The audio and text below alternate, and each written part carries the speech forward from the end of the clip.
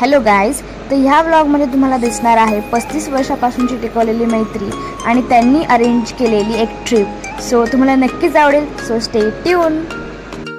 Trip जाणार होती दापोली बीचला आणि आमच्या मातोश्री पुण्यातल्या असल्यामुळे त्यांनी सगळ्यांसाठी चित्रांच्या भाकरवड्या घेतल्या आणि त्या मुंबईसाठी रवाना झाल्या.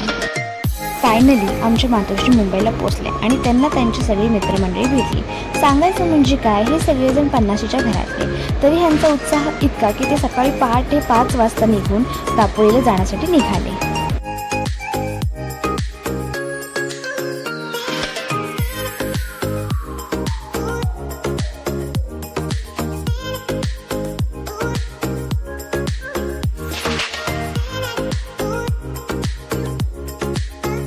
तर सकाळ सकाळी चहा नाही पिला आणि ट्रिप सुरू झाली असं शक्य आहे का?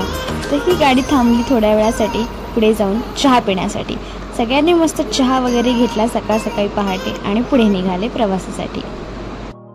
प्रवास बराच मोठा असल्यामुळे सगळ्यांना लागलं होतं भुका.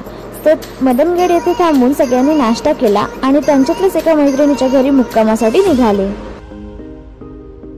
मैत्रिणीच्या घरी दापोलीला जाता जाता त्यांना एक अंजरले गाव लागले आणि अंजरले गावात एक देवस्थान आहे, ते म्हणजे कड्यावरील गणपती. ह्यांनी सगळ्यांनी कड्यावरील गणपतीचे सुद्धा दर्शन घेतले. बऱ्याच तासाच्या प्रवासानंतर सगळे पोहोचले होते दापोलीला आणि व्लॉगमध्ये तुम्ही बघतच असाल की किती सुंदर असं जुन्या पद्धतीचं असं छान शेणाने सारवलेलं तुळशी वृंदावन गोठा वगैरे असं असलेलं घर त्या कोकणामध्ये होतं.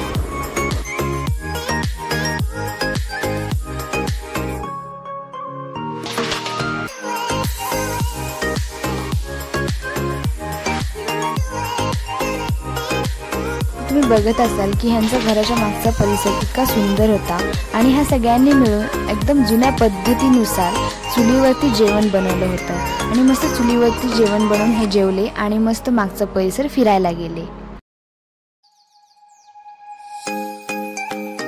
दिवस असा पटकन सरत होता आणि हे सगळेजण हरणे बंदराला भेट देण्यासाठी गेले.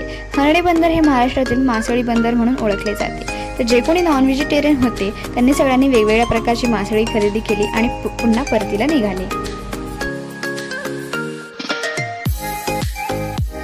रात्री जेवण वगैरे होऊन सगळ्यांनी मिळून एक वेगळा अनुभव म्हणून पोपटी तयार केली आणि त्याचाही मस्त आस्वाद घेतला.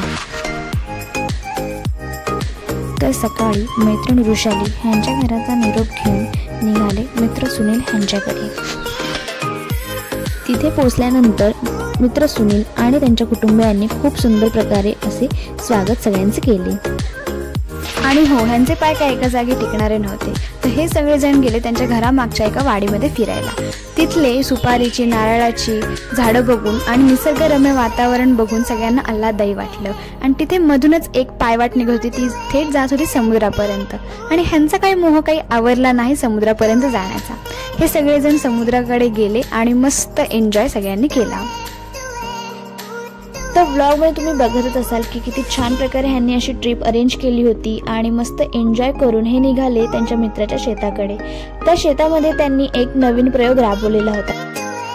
तर स्ट्रॉबेरी ही फक्त महाबळेश्वरलाच मिळते हे सगळ्यांनाच माहीत असेल, पण ह्या स्ट्रॉबेरीची लागवड एका कोकणामध्ये पण झाली होती आणि ती लागवड ह्यांच्या मित्रा म्हणजे सुनील ह्यांनी केली होती. आणि फर्स्ट टाइम कोकणामध्ये स्ट्रॉबेरीची लागवड झाल्यामुळे त्यांचे नावही वृत्तपत्रात आले होते. तर ह्या सगळ्या मित्रमंडळींनी तिथे जाऊनही स्ट्रॉबेरीचा म्हणजे कोकणातील स्ट्रॉबेरीचा आस्वाद घेतला. मनसोक्त आस्वाद घेऊन ते पुढे निघाले.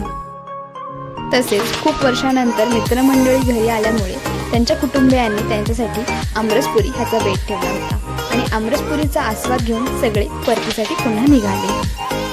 हा तुम्हाला कोकणातील व्लॉग आवडला असेल तर नक्कीच लाईक करा, शेअर करा, सबस्क्राईब करा आणि कमेंट करायला पण विसरू नका. थँक्यू.